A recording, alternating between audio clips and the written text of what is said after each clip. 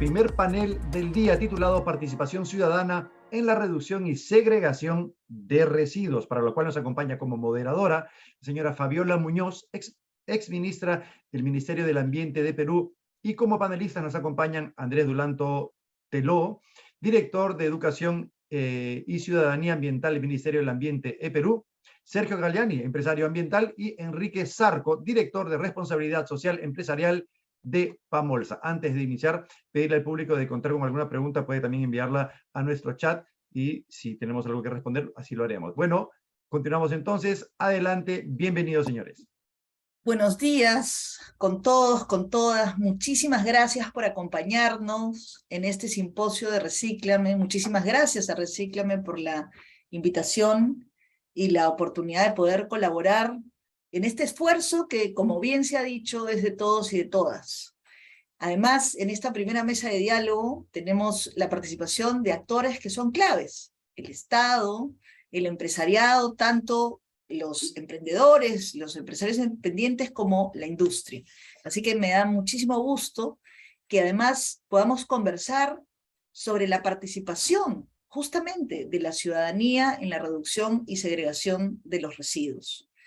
Así que, sin más, vamos a ir hasta un poquito más de las 10:30, y yo quisiera empezar esta mesa de diálogo básicamente con una primera pregunta para los tres, y la idea es que sea justamente un diálogo, ¿no? Así que con intervenciones de repente de un par de minutos de cada uno, muy sencilla. ¿Cuál creen ustedes, por ejemplo, Andrés, desde el rol que el ministerio tiene, ¿no?, de promover la participación, cuál crees que es la mayor dificultad que ustedes enfrentan desde el Estado para que justamente la ciudadanía pueda participar en estos procesos?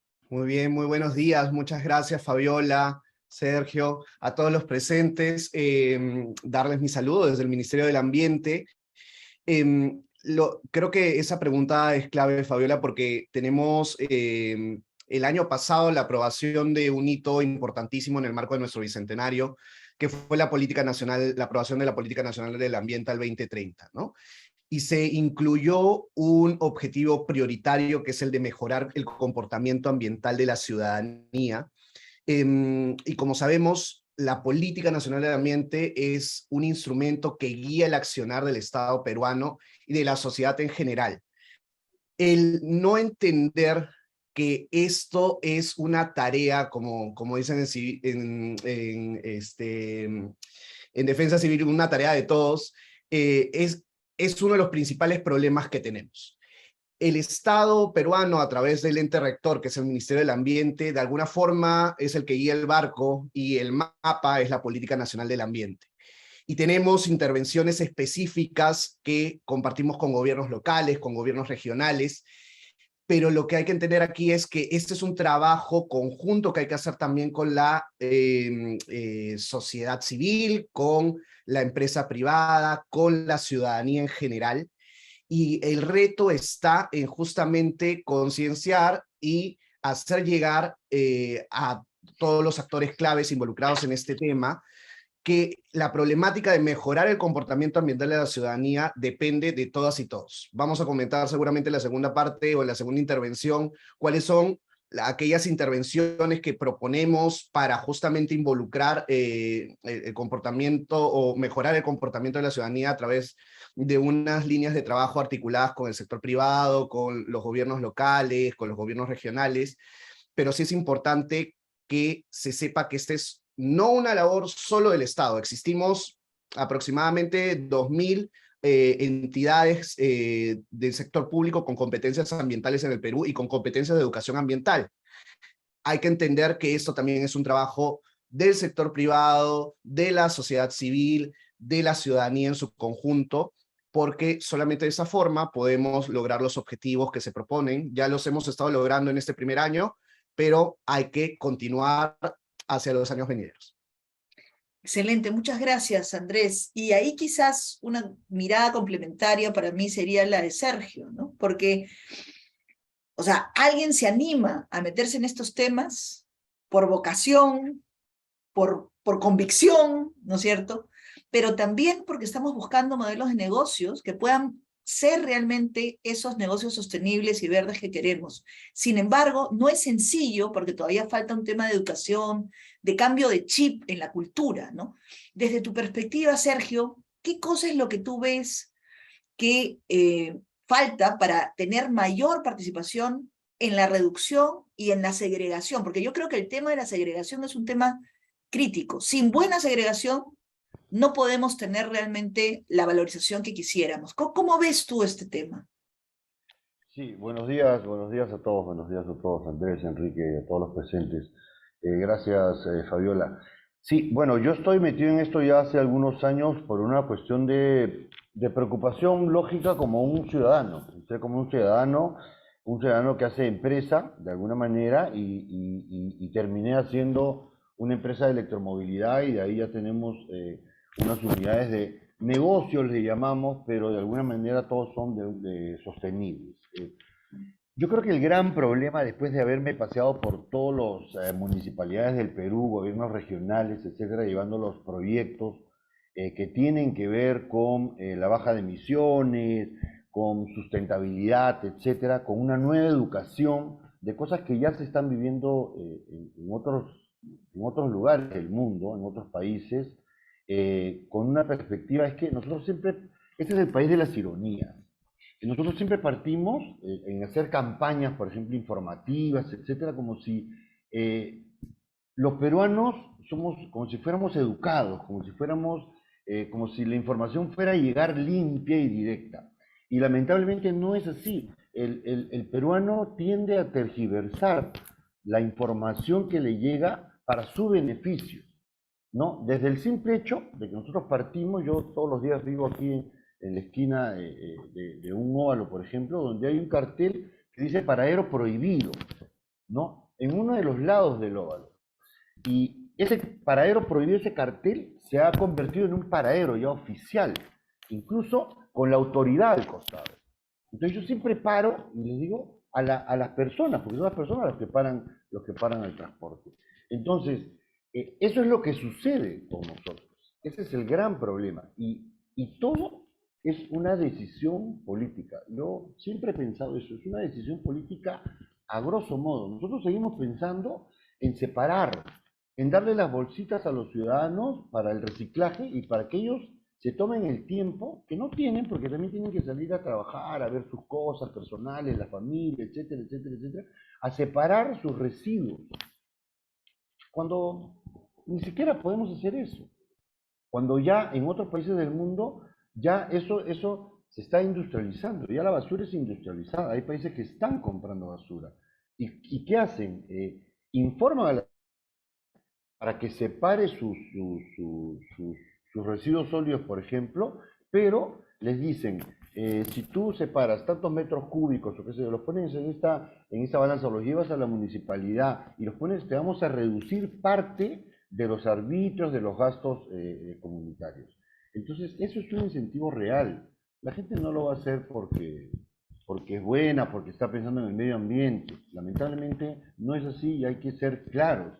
Y las políticas que tienen que haber tienen que ser pensadas para una sociedad como la nuestra. Una sociedad que adolece de todo tipo de enfermedades sociales, lamentablemente. Entonces creo que por ahí va el tema. Y te lo Muchas digo gracias, porque... Sergio. Hay dos puntos que tú has planteado que me parecen bien importantes, ¿no?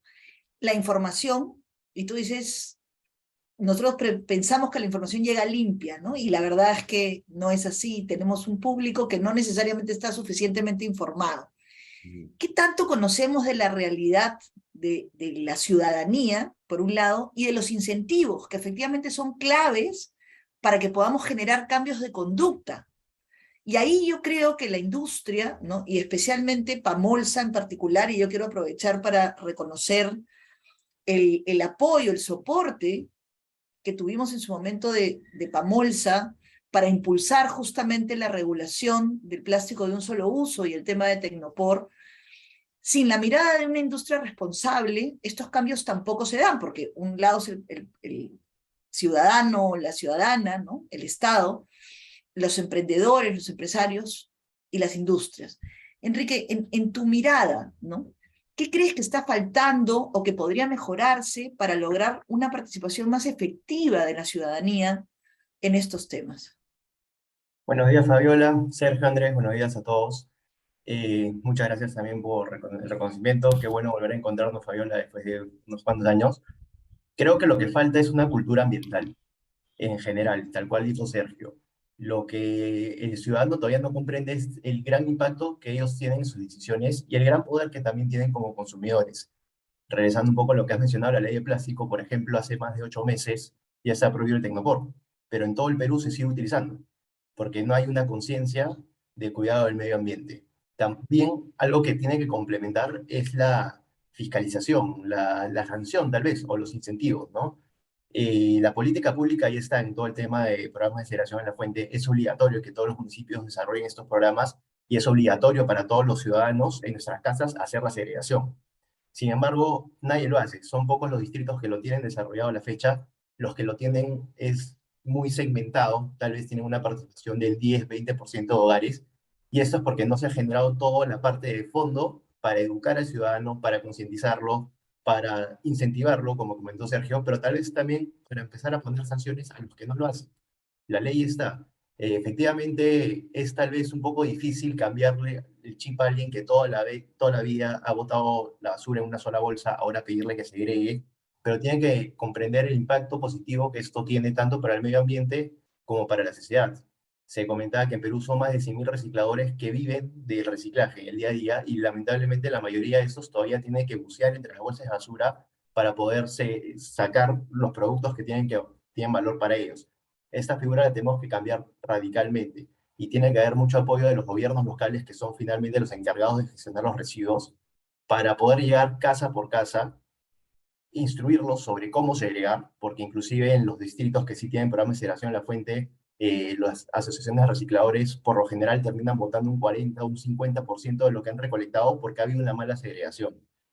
Y se tiene que incentivar todo, a todo nivel y tal vez esto no va a poder cambiar en el corto plazo porque ya vienen muchos años de mala cultura ambiental atrás. Todavía vemos cada vez que salgo a la calle que alguien baja la ventana del carro y tira cualquier tipo de desperdicio a la, basura, a la calle. Entonces tenemos que tal vez pensar en algo a futuro, empezar a trabajar con los niños, con los jóvenes, que ya están interiorizando esto un poco más por planes educativos que el Ministerio del Ambiente también promueve en los colegios, y poco a poco hacer este trabajo para generar esa conciencia. Muchas gracias, Enrique. Hay dos cosas que creo que has dicho que me permiten regresar donde Andrés, ¿no? El primero, y además creo que ahí coincides con Sergio, en este tema de la cultura. Y sabemos que los cambios culturales son los más difíciles, son los que más tiempo toman, los que requieren el mayor esfuerzo y que además no necesariamente hemos sabido o sabemos cómo jugar con el tema de incentivos y desincentivos, ¿no? Y ahí, mirando un poco los comentarios que han hecho ustedes, Sergio decía también el tema del rol del Estado, ¿no? Es una decisión política. Pero una de las cosas que tú has planteado, Enrique, es que a pesar de que tenemos una norma que efectivamente muestra la decisión política que existía de avanzar hacia una regulación, ¿no?, del plástico de un solo uso y el no uso de Tecnopor, todavía lo vemos por todos lados. Y ahí quizás, Andrés, ¿cuál es la dificultad que ustedes ven en el tema de fiscalización? Porque efectivamente tenemos todavía un montón de problemas en el tema de cómo el Estado puede llegar a hacer cumplir. Yo creo que una de las cosas más difíciles no solo es el cambio de cultura, sino la capacidad que tenemos de hacer cumplir las normas, ¿no? Y entonces eso genera una idea de impunidad que hace que a veces los ciudadanos y ciudadanas nos desanimemos, porque decimos, oye, ¿para qué yo hago mi esfuerzo si mi vecino no lo hace, ¿no? O mi vecina no lo hace. Entonces, desde tu mirada como Estado, como Ministerio del Ambiente, efectivamente creo que se ha avanzado, pero ¿qué crees tú que podrías lograr o que podrían tratar de hacer o generar sinergias con otros? ¿Cómo piensan desde el Ministerio esta generación de sinergias para avanzar más rápido con ese sentido de urgencia que el cambio climático también nos exige? Sí, primero tomar un poco los comentarios que se han dado en el panel. Es importantísimo y yo creo que hay una cuestión en la gestión pública y en todo aspecto de gestión que es que lo que no se mide no se puede mejorar. El año pasado hemos tenido un hito histórico, creo yo, porque por primera vez con la Política Nacional del Ambiente se ha sentado un índice de comportamiento ambiental de la ciudadanía que se tiene que medir todos los años en el marco de la Política Nacional del Ambiente. Siempre hablamos de mejorar la cultura, pero no se tenía hasta antes una estadística cierta de cómo iba mejorando el comportamiento ambiental de la ciudadanía, y esto ya se está midiendo con INEI. Del año pasado a este ha habido una mejora y tenemos que hacer seguimiento a esto todos los años para verificar en efecto si es que estamos mejorando como peruanos nuestro comportamiento y nuestra cultura ambiental. Y para eso como Estado tenemos ahí una responsabilidad grande. Primero, con una estrategia centralizada que es la estrategia de Perú Limpio, que es una estrategia de educación y de comunicación que estamos impartiendo a nivel nacional para que se pueda implementar no solamente en los espacios de educación comunitaria, que ahí es donde incide principalmente el Ministerio del Ambiente, ¿no?, sino también en los espacios de educación formal como las escuelas, los institutos, las universidades. Entonces, esto es importantísimo. Lo otro importante es saber el rol que tienen los gobiernos locales y regionales en materia de educación ambiental. El Programa Municipal de Educación, Cultura y Ciudadanía Ambiental es un programa que este año ha sido certificado como buena práctica y ya lleva 5 años y ha permitido durante todos estos 5 años formar unas promociones de líderes ambientales que están ayudando a transformar la educación del país fuera de los ámbitos de la escuela, porque la escuela es importantísima, pero también recordemos que existen otros espacios. Y ahí va el tercer punto que quería comentar. Es importante también el rol del sector privado. Yo quiero felicitar también a Capa Molsa porque digamos, está en el marco de un acuerdo de producción limpia y ahí se tienen metas concretas de educación ambiental, no solo para sus trabajadores, sino para la comunidad.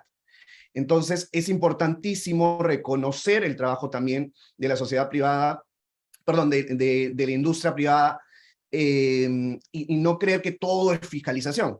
Fiscalización es importante también, y ahí iba mi último punto.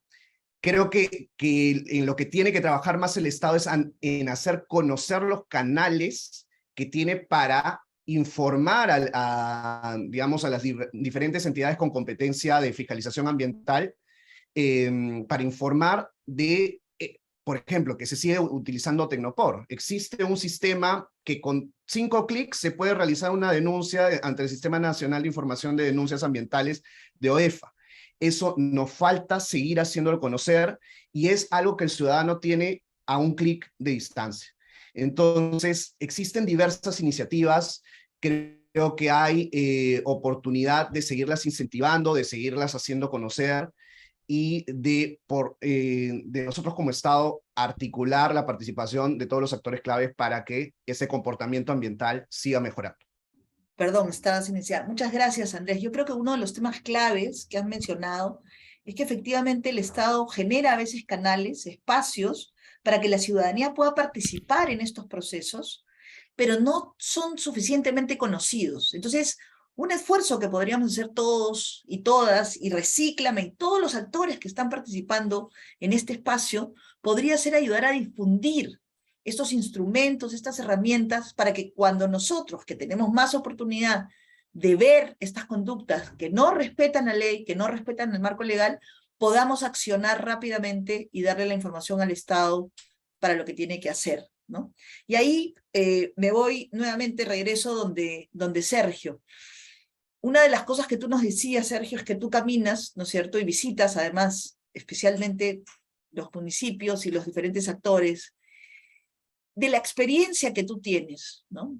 Si hubiera algo que tú pudieras hacer para cambiar la forma como se aborda este problema, ¿qué sugieres? ¿Qué es lo que tú, en la experiencia que tienes, podrías sugerir para decir, oye, hagámosle la vida más fácil, como tú decías, ¿no?, a la gente?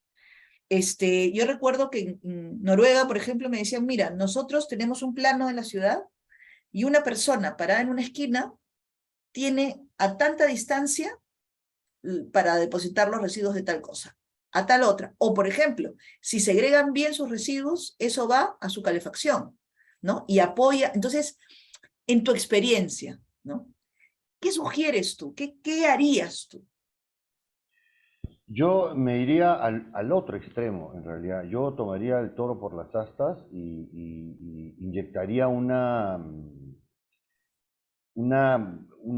norma, digamos, de industrialización de los residuos sólidos, porque acá estamos pensando en reciclar todavía materiales que se pueden reciclar, pero ¿qué hacemos con la otra parte?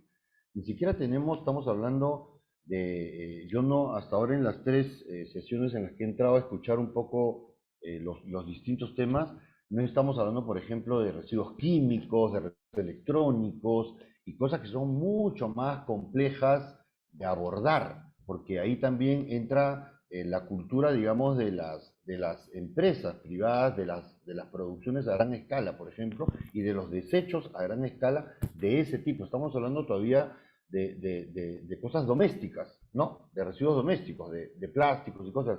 Y así todo, mira, los residuos terminan, la gente no tiene dónde botarlo y ya ni siquiera lo botan en la calle, lo botan en el mar. Y eso es peor, eso es mucho peor, ¿no? Porque ya estamos entrando a terceros problemas. Ya no solamente son problemas nuestros, ya, ahora ya es ecosistema, pero a nivel global. Que hasta digamos, los peces que comemos ya tienen dosis de plástico, por ejemplo, ¿no? Ya está contaminada hasta el alimento. Entonces yo me iría a la industrialización de los residuos sólidos. Yo por eso te decía que yo he paseado durante casi 2 años por todos los gobiernos regionales y las municipalidades y hay muy pocas personas que quieren tomar el asunto ¿no? El toro por las astas. Y porque nosotros tenemos la basura en la calle tirada por todos lados y con eso se puede generar una economía circular gigantesca. Se pueden dar, por sectores, se pueden dar 1.500 puestos de trabajo, se puede industrializar, se puede exportar, por ejemplo, materias primas para afuera y internamente, por ejemplo, como para Enrique le serviría mucho de distintos insumos, desde el plástico hasta, digamos, ferrajes, cartones, papeles, tipos de plásticos, etcétera, gas, electricidad, etcétera. Y eso serviría también para el consumo interno y una economía circular potente. O sea, yo me iría al otro extremo de generar incluso ingresos, de hacer plata con la basura, porque estamos tirando oro a la calle. Ya la basura ya es dinero ahora, en todo el mundo, o por lo menos en países, digamos, industrializados, ¿no? Hay países que están comprando residuos sólidos, ¿no? Para estos Bueno, polígonos de industrialización. Y acá nomás, bueno, Colombia ya lo está haciendo, ¿no? aquí nosotros importamos residuos, o sea, en muchos casos se tiene que importar residuos porque no hay materia prima, ¿no? Y la Pero tenemos aquí también tirada, ¿no? en otros casos exportamos. Entonces, y ahí yo creo que lo que tú planteas es bien importante porque el tema de cómo industrializar, cómo crecer en la industria, y yo creo que el ejemplo de Pamolsa, y con esto para cerrar esta mesa de diálogo, creo que nos ha dado algunas luces sobre cómo avanzar en esta línea de incorporar la participación ciudadana en la reducción y la segregación de los residuos. Yo conversaba con Pamolsa hace unos meses atrás y, por ejemplo, ustedes necesitarían tener más materia prima muchas veces y no llega, ¿no?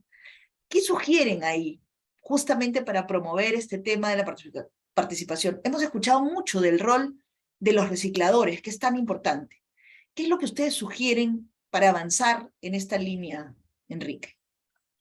Estamos trabajando en toda nuestra cadena, desde los proveedores hasta nuestros clientes, usuarios finales y un poco más.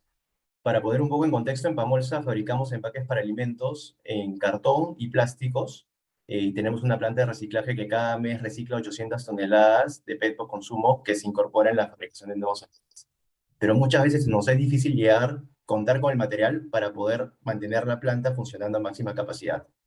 Entonces, lo que estamos haciendo ahí es empezando con nuestra cadena de reciclaje, que está comprendida por más de 2.000 recicladores de manera directa e indirecta, para que puedan tener una correcta identificación de los residuos que están rescatando todavía de la basura, para que puedan trabajar de mejor manera, que sean recicladores más profesionales, digamos, que trabajen con mejores condiciones de salud, de seguridad para ellos mismos, y que esto también represente mayores toneladas para ellos, finalmente, ¿no? A nivel de nuestra cadena, estamos desarrollando herramientas también para nuestros distribuidores, los restaurantes que usan nuestros empaques, para que puedan conocer cuál es el impacto real de cada empaque. Estamos haciendo análisis de ciclo de vida de distintos productos para que puedan comparar, porque los residuos sólidos son una problemática ambiental, pero hay otros temas. Está la huella de carbono, que es un impacto no visible, están los consumos de energía, de agua, y hay muchos impactos que tal vez no están tanto en el radar porque no son tan escandalosos, tan visibles como los residuos sólidos que vemos en el día a día.